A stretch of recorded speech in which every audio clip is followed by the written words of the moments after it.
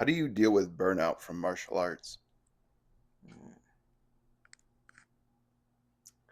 So burnout from martial arts or really anything is all ultimately dealt with the same way, and it's an answer that most people don't want. The sheer willpower, that's the discipline to push through when you don't want to push through. So if you let the burnout get you, whether it's in martial arts or at your job, and you quit or you take a long hiatus, which ends up making most people just quit altogether, obviously you're not going to get very far because you've stopped training. So whatever your last point of training at is typically below black belt level, and you're never going to go back to learn more.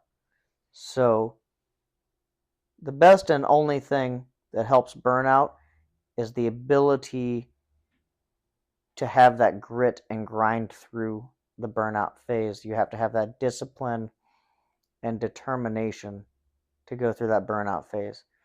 Because once you successfully squash the burnout phase, you're likely to never have another burnout phase unless like life factors happen, like maybe you got a severe injury from training. You might get a burnout in that regard. But when I was learning taekwondo, which was my first style that I learned a long time ago, I was around brown belt, red belt or brown belt, so the last couple belts before black belt. And I had this awful burnout phase. I would do literally almost anything to come up with a reason to not go train. But I ended up pushing through it.